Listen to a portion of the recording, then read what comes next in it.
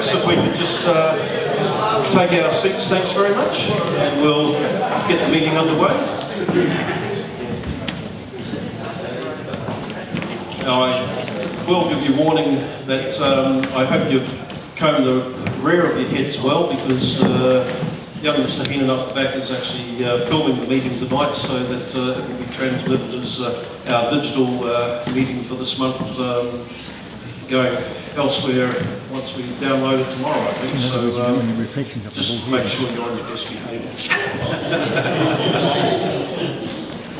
Right, well anyhow, a warm welcome to all members, and a special welcome to Rob Travavis, who's up with us from Tauranga and Golden Bay for his annual monthly stint up here. So Rob, great to have you, and great to see so many people here. It seems strange, 3 months ago, March was the last meeting. By crikey, hasn't things changed around the world since then, and things are certainly not going to be quite the same going forward, but it's great to see all the smiling faces, and you've probably all got a lot of lockdown tales to tell, and experiences that certainly you wouldn't have expected to have, but it's good to see you all.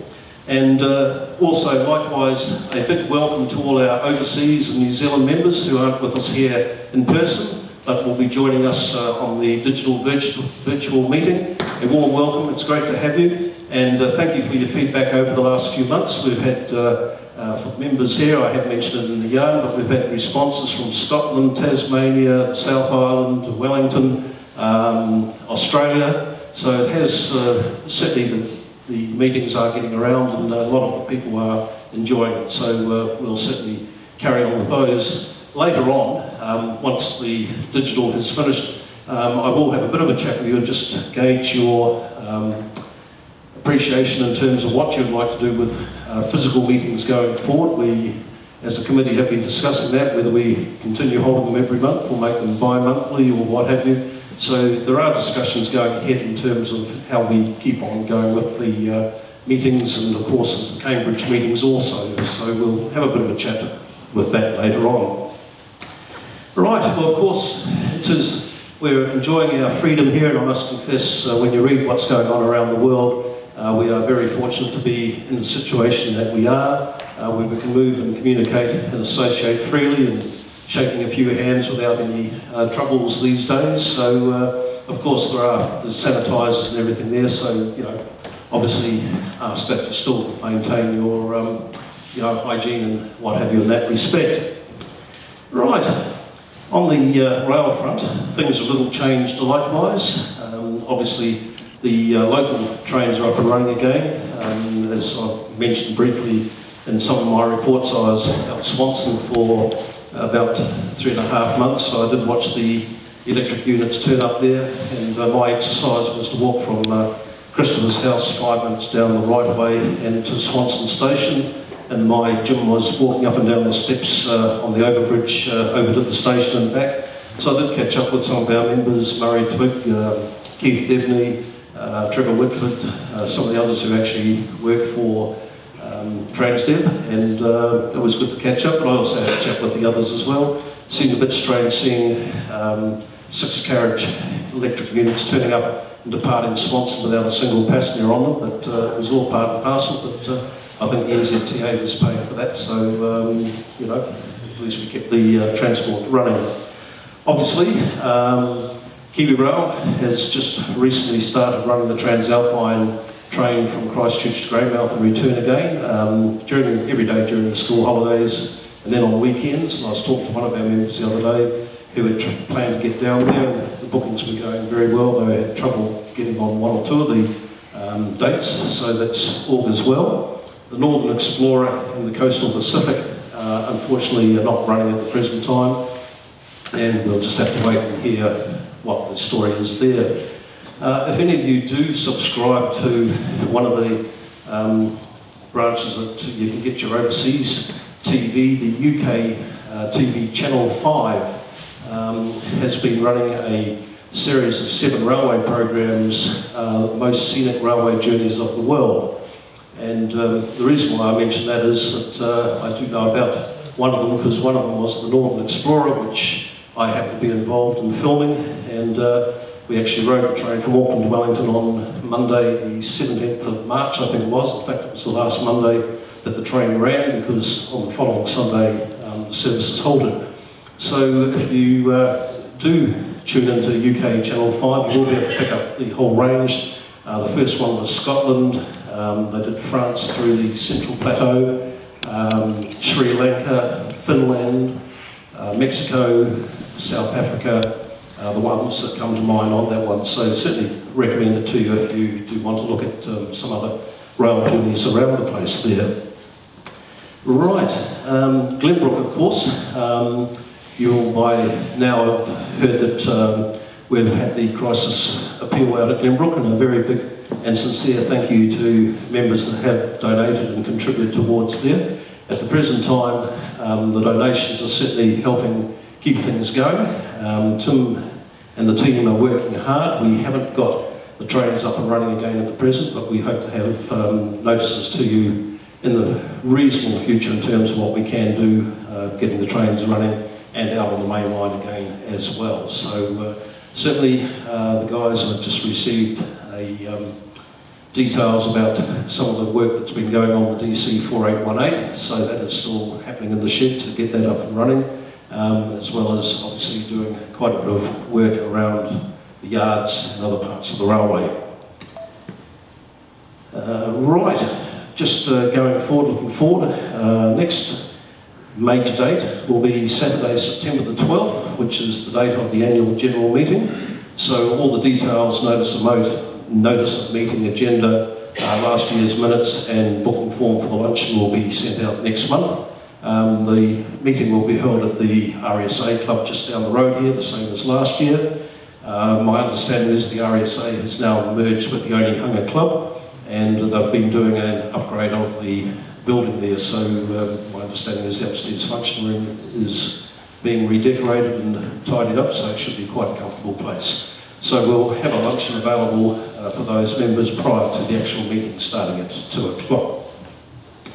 Right, at the present time likewise, the committee has been discussing membership and all sorts of things with that. So I will, later on, once we've finished screening, have a bit more of a discussion with you on that one. Obviously we've been looking at subscriptions. Now that we're doing digital things, the costs are different. We've got to look at what costs we need to maintain running the society. Postage rates have gone up, so there's actually quite a bit to be mixed into the equation. Those of you that had booked with John on the Australian rail tours, I haven't spoken to John in the last couple of weeks. I did see one email he sent out a little while ago. My understanding is he'll be contacting everybody by email this coming week and having a discussion with you, or still arranging for the meeting to be held in the last week of July to look at what the outcome is. I can't preempt what the situation is at the present point in time. It was looking quite healthy a few weeks ago. Victoria and New South Wales seem to have got a bit excited again, so I'm not certain what contacts and discussions John's had with service providers over there, but he will be in touch with those that have registered for that Australian tour. Right, it's very pleasing to see Anne and Floyd back on deck with the trading table down the back. And of course the new item for tonight is the 2021 railway calendar. So listen, if you want to get in at members' rates tonight, hot off the press. Gee, that didn't take long, Sean, because we were already doing the final review of it, was it last week? Yeah, Tuesday last week. Tuesday last week, Sean and I kept the guy at Ovato well past 5 o'clock while we reviewed the calendar. And it's amazing, and I know I do get picked up from time to time on some of my epistles where you don't employ a second-hand proofreader. And Robin Russell, if you are looking, I do appreciate your proofreading skills, because we've got right through the calendar, checking out a few minor details with getting engine and loco numbers correct for the would-be enthusiasts to make sure we weren't upsetting them. And I said to Sean right at the end, I said, you always just need to check to make sure that you've actually got the right year on each month. And flip January 2021, February 2021, March, June 2020. Oh dear. So we kept the guy busy there for a little while, keeping up, changing a few things. So if you do find any mistakes, and it's not a hunt the mistake in the calendar thing, although that would be a good thing, sort of like the Where's Molly, we'd always put a pertinent mistake in, and the first person to spot it would get a discount off the next train trip. So yeah, we'll think about that. Anyhow, so the calendar is available for you to purchase tonight, and also obviously for friends and what have you for Christmas and other gifts. Right, supper too, a big thank you to Ron again. I forgot to contact Ron, and then suddenly had a horrible thought I might be on coffee duties myself tonight, but he is here, so for your gold coin donation, supper at the end of the program. Which leads me on to the program, and tonight Sean has offered to present the program.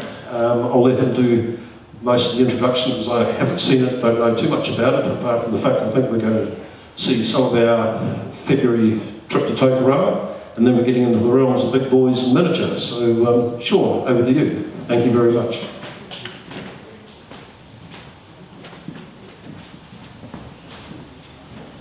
Yeah, thanks, Alan. Like Alan said, the calendar is for sale, and thanks to Alan for insinuating there might be mistakes in it, but that's all right. So, as you can see, I was a month early with the meeting. I put up August and not July, so those of you that are watching at home, tomorrow night you will find that it does in fact say July, and I'll fix that before I leave tonight. Tonight's meeting video is about 45 minutes long, and myself and a younger member, Corbin Frey, who's a volunteer at Glenbrook, but also associates with myself in the miniature world, as well as a number of other members. We sort of do videos and things like that, and we have a platform called Valve Gear Productions where we put videos up on YouTube basically. So you'll see a couple of familiar faces. Myself, Ben Jeff Cope from Glenbrook, a few familiar faces to our Glenbrook mob.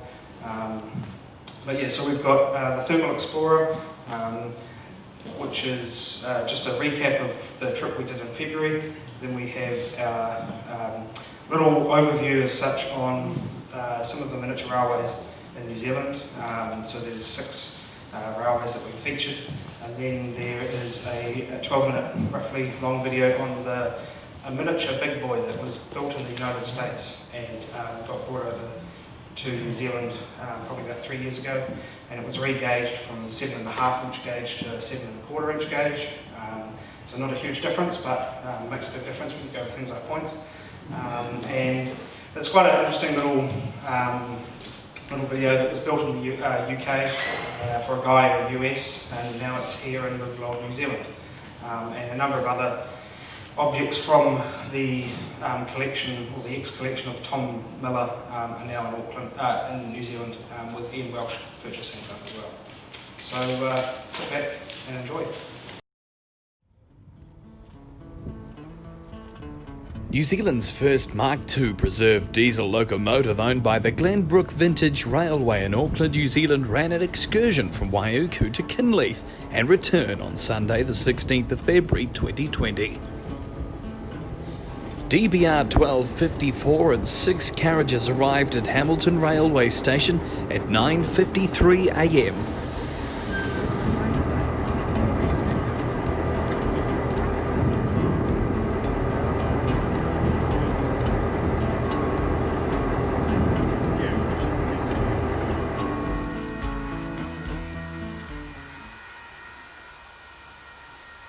Train C01 departs Hamilton heading east, seen here passing Percival Road in Ruakura.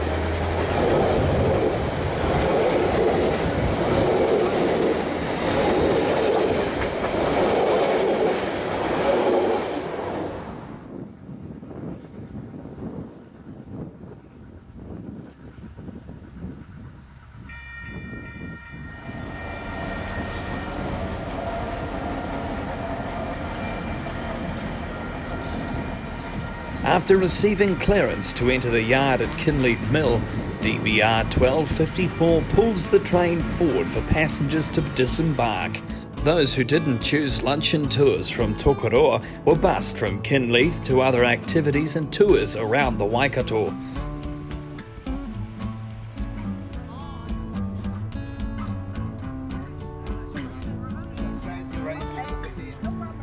During this time, DBR 1254 was turned at Kinleith Triangle and ran empty to Tokoroa to run a locals trip to Hinuera and return.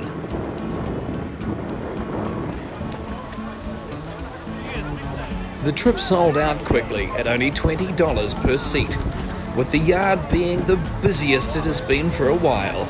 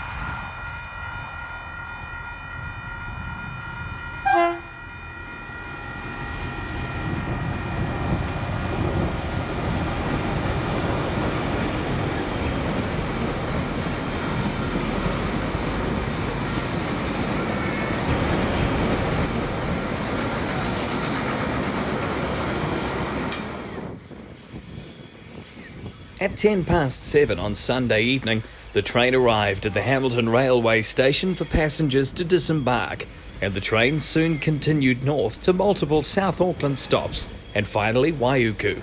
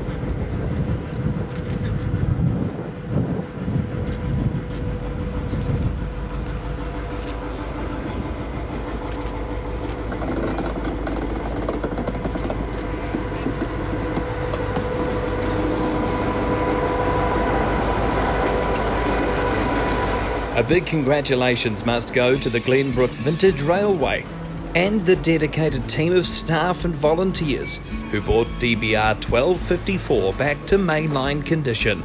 It was a successful trip and the future looks bright for many more.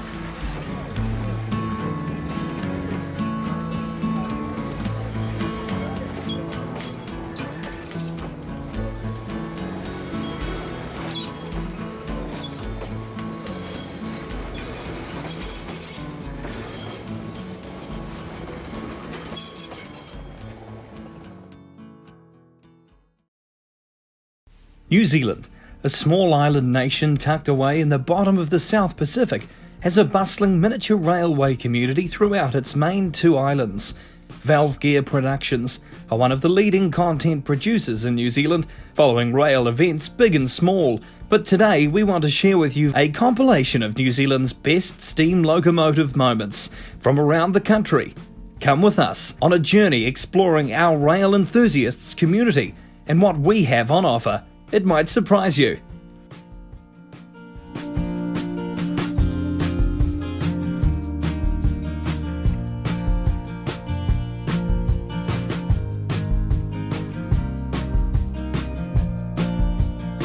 The Monaco Live Steamers Club is located in Auckland's southern suburb of Mangere in New Zealand's North Island. The club runs every Sunday from 11 a.m. to 3 p.m, weather permitting, open to the public, offering rides for as little as $2 per person. The club has 2 tracks on offer, aptly known as the Hill and Park tracks.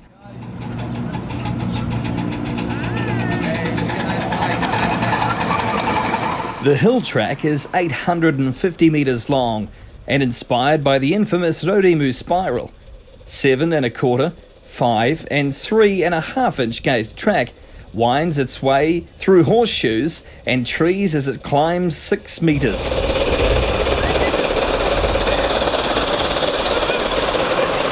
Featuring a 35 metre long tunnel and 40 metre long bridge, it has an average grade of 1 in 60 uphill and 1 in 50 downhill. This is the original track for the club, built in the early 1980s.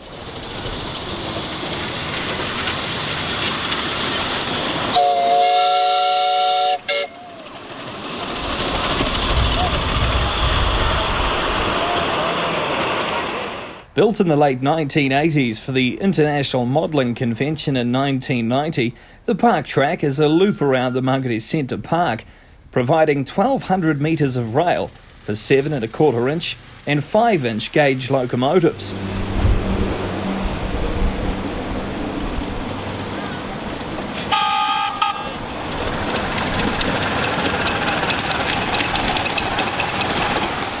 The 75 metre long viaduct crosses the wetlands of the park, adding to the 8-minute ride time. This track undulates throughout the park and has an average grade of 1 in 100.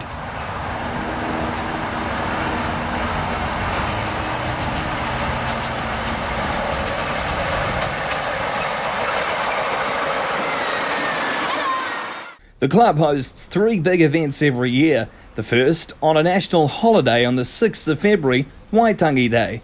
The Waitangi Day Special Needs has been held since the year 2000 for mentally or physically disadvantaged individuals and their families to enjoy what the club has to offer, along with a variety of sponsored products, like a sausage sizzle, for free for the day.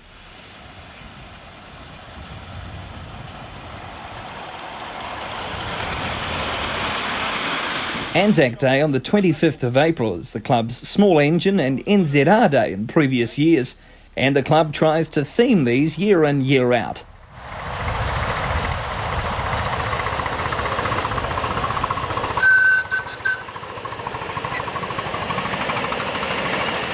The last and the biggest event is the 3-day Queen's Birthday Weekend Run, held over the first weekend of June. This event is popular with the public and modellers alike, with people travelling from across both islands to attend.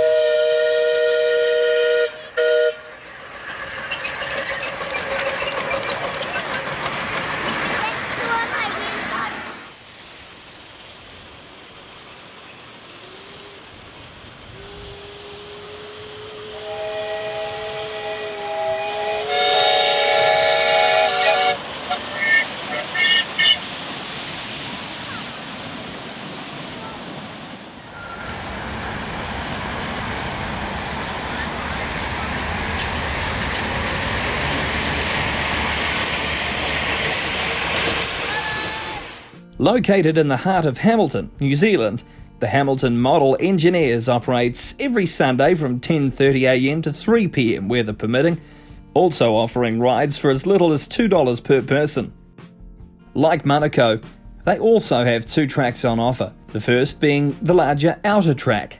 700 metres of 7 1/4 inch and 5 inch gauge rail navigates 2 tunnels and 2 bridges.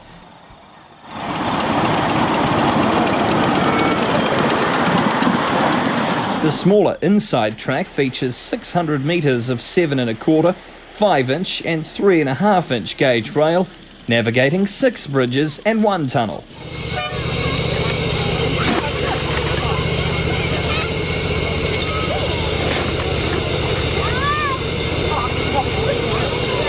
Both tracks feature small bush lines, which take alternative routes, some for 5 and 3.5 inch locomotives only.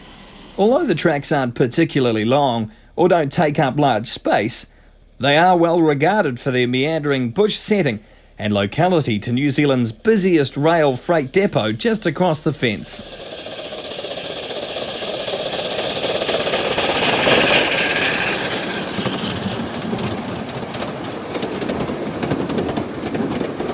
They host an open weekend every year on the third weekend of March and run frequent night runs.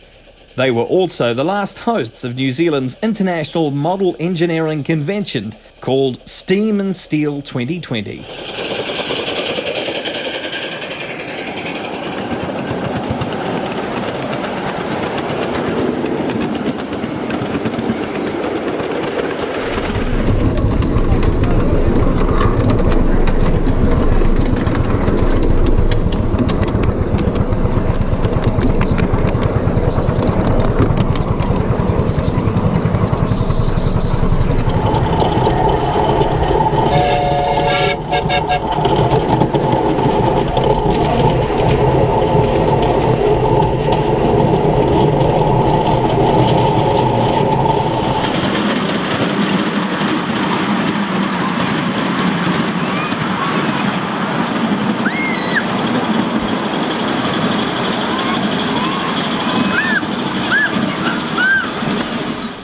With beautiful harbour views, the Tauranga Model Marine and Engineering Club is located in Memorial Park in Tauranga on New Zealand's east coast.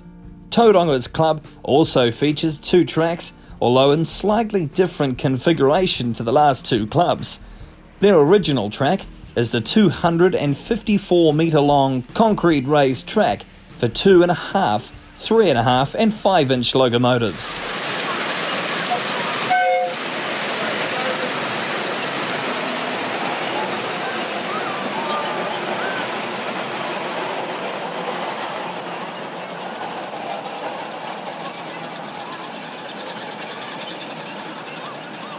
The second track features a long elevated viaduct climbing a few metres above ground level, making for a great sight and sound with steam locomotives climbing the gradient.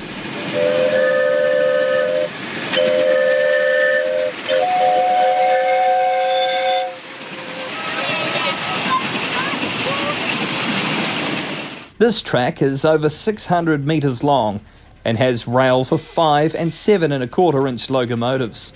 They operate every Sunday from 10 a.m. to 3 p.m. weather permitting, offering rides to the public like Monaco and Hamilton. They hold an open weekend every year in November and are home to the famous Big Boy 4005 locomotive, previously owned by Tom Miller in the United States.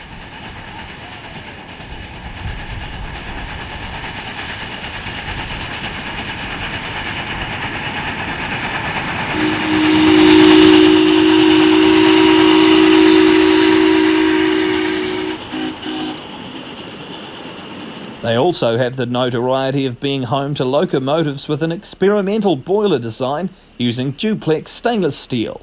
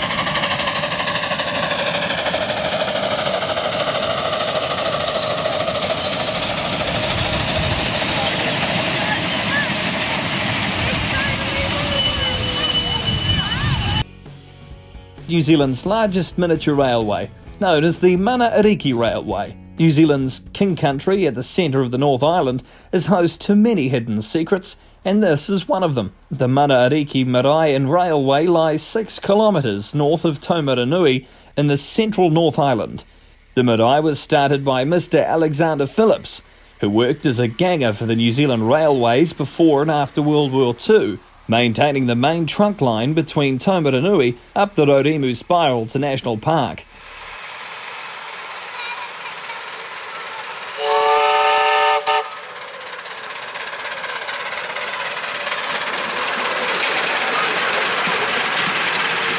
As funds became available, he purchased the land which is now the site of the Manunui Marae as we know it today.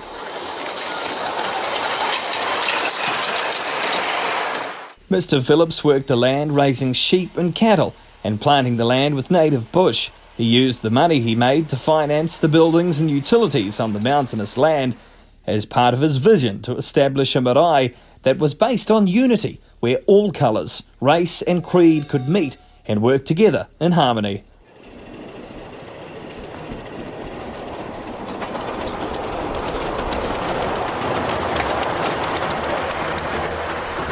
His tireless efforts in helping Māori youth get their lives in order earned him a Commander of the Order of the British Empire Award in 1986 and Queen's Service Medal in 1995, some of the highest civilian honours in New Zealand.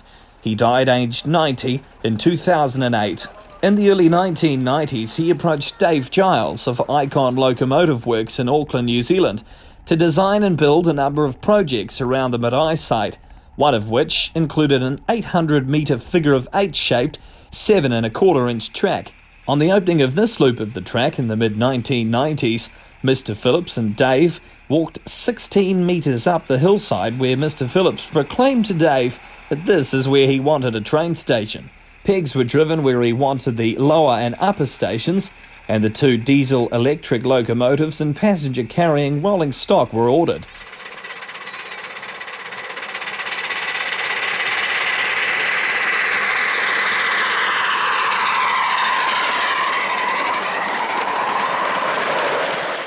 After the track was designed and the survey completed, the 20-plus workers living on the marae site started at 7 a.m. and worked to 7 p.m. daily, with tractors, diggers and trucks to prepare the track bed up the mountain. While this was happening, hundreds of rail track sections were being manufactured in the workshop, and a roundhouse was built to store locomotives.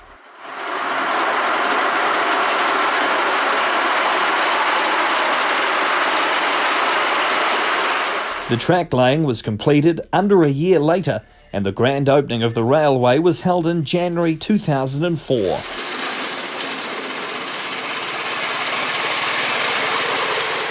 The main line is 3,000 metres long, and it climbs 16 metres up the mountain at an average gradient of 1.6% to the summit and a downgrade of 3.2%. The bottom figure-of-8 loop forms the first part of the main line and is approximately 700 metres long. This excludes the remaining 150 metres of the loop, which follows back on itself instead of heading up the hill. This track is certainly one of the jewels of the crown for tracks in New Zealand.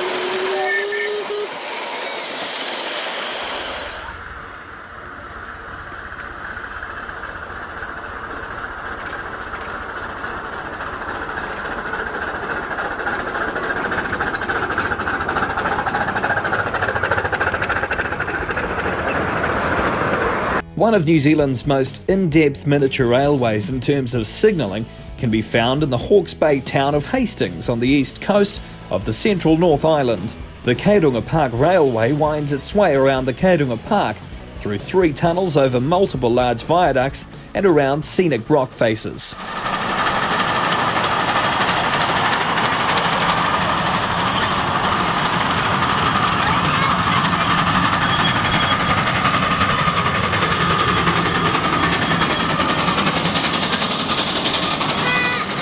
846 metres of 5 and 7 1/4 inch track navigates the hilly topography of the park, necessitating a 1 in 100 uphill gradient and a 1 in 50 downhill gradient.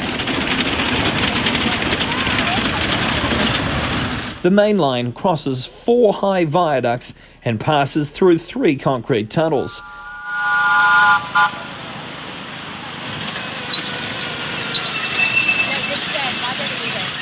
A Westinghouse-style L lever frame is one of the last few original frames operating in the world.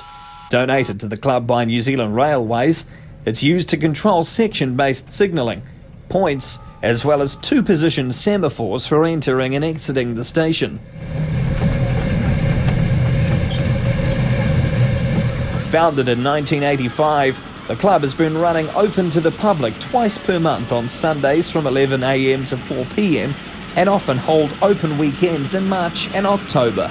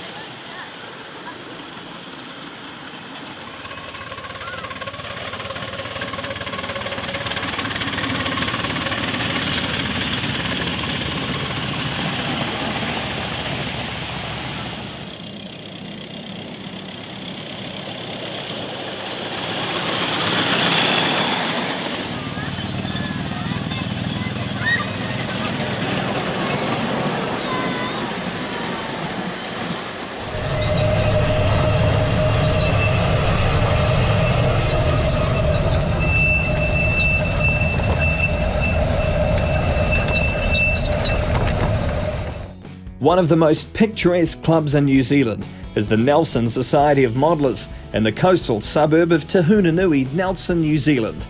Established in 1958, it is also one of New Zealand's oldest clubs.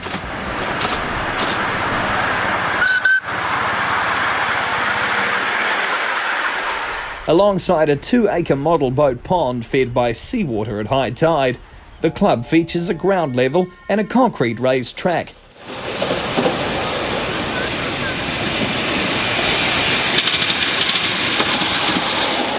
A 520-metre long raised track supports 2.5, 3.5, 5 and 7 1/4 inch gauge rolling stock, featuring a tunnel and a bridge looping over the track below.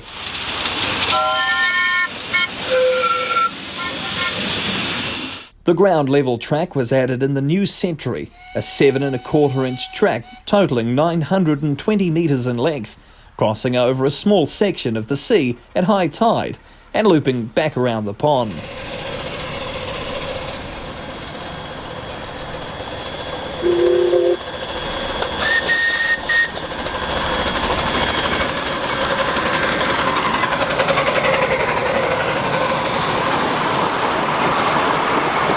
Work is underway currently to add 5-inch gauge rail to the ground level track. They run every Sunday from 1 p.m. to 4 p.m, with rides starting at only $1 for the public.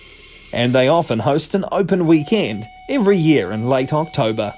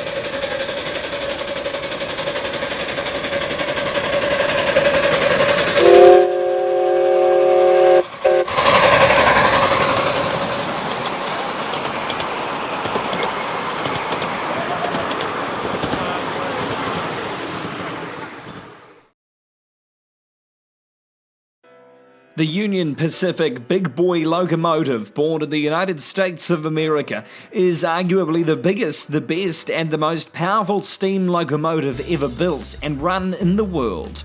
Whether sitting in the roundhouse at Cheyenne, Wyoming, or hauling hundreds of freight wagons up the Sherman Hill, it was a sight only appreciated in person.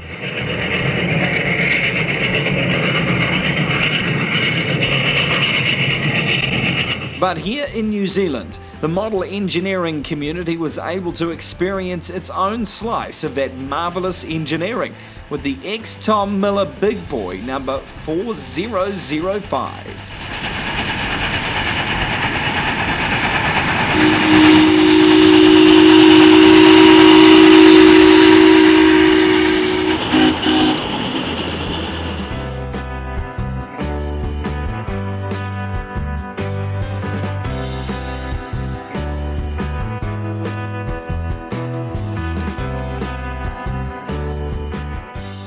The Tom Miller Big Boy, originally built in the early 1980s in the United Kingdom, is now owned by Shane Marshall in Tauranga, New Zealand, along with 17 scale freight wagons from the Tom Miller estate.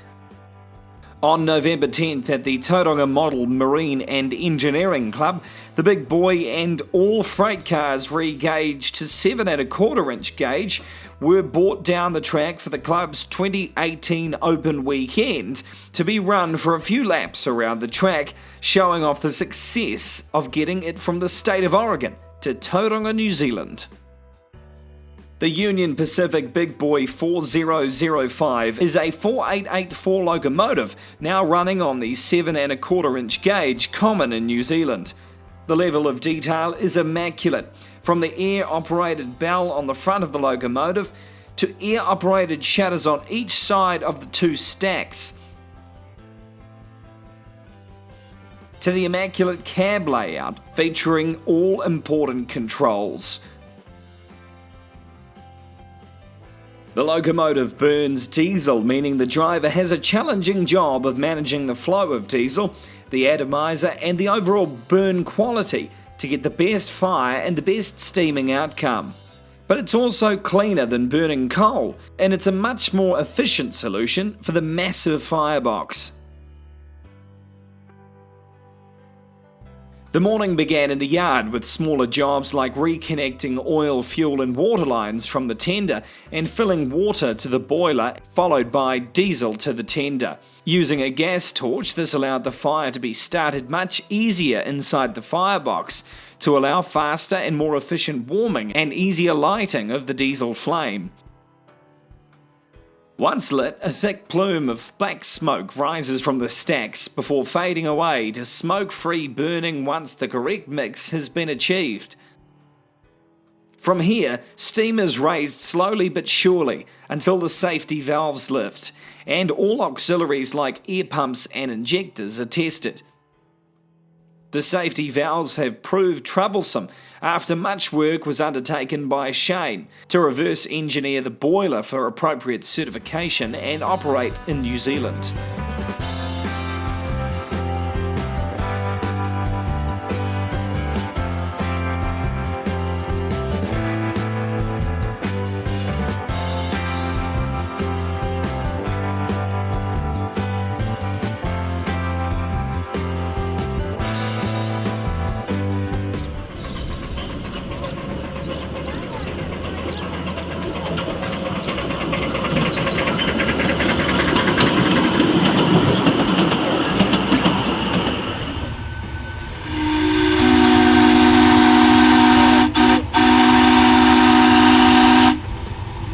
But with everything in good working order, the locomotive and its first rake of wagons departed from the yard for the first run around the track.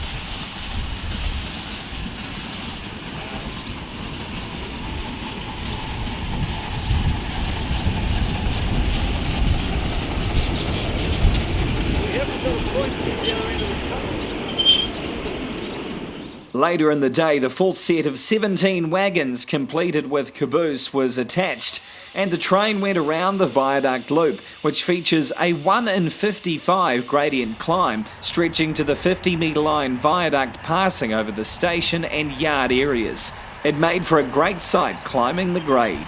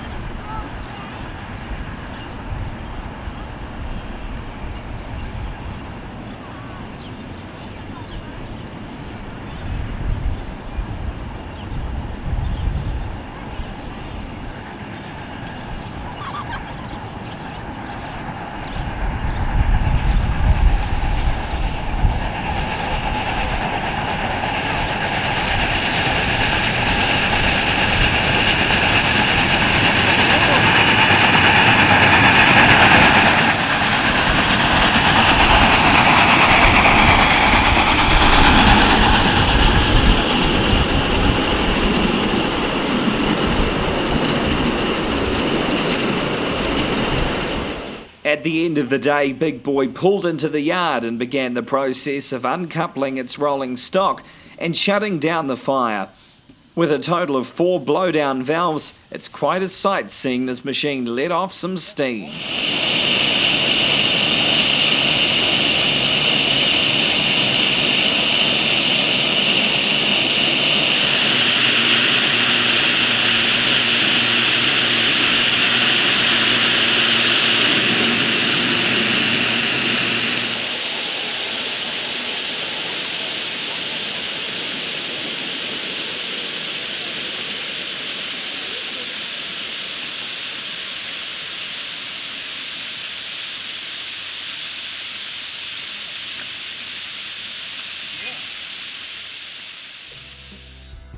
Finally, Shane is seen adding some oil into the pipelines to the cylinders to prevent any unnecessary seizing or damage while moved from cold or in storage.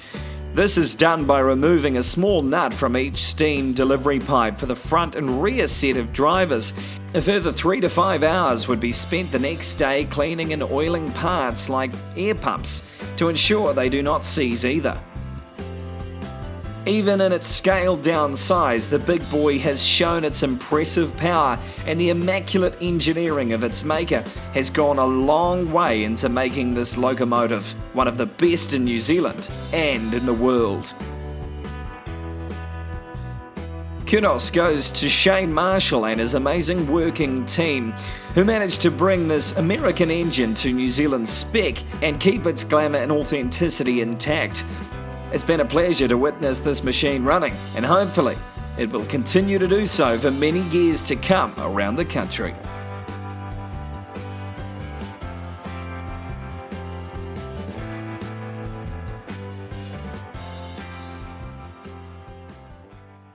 Thank you now for attending, and thank you to the overseas visitors and members outside of the club rooms here that have tuned in. We look forward to seeing you next month, which Sean will have either July 2020 next month or again August 2020 next month. So we'll sign off right now and wish all our members away from Auckland a good month, and we'll see you next month.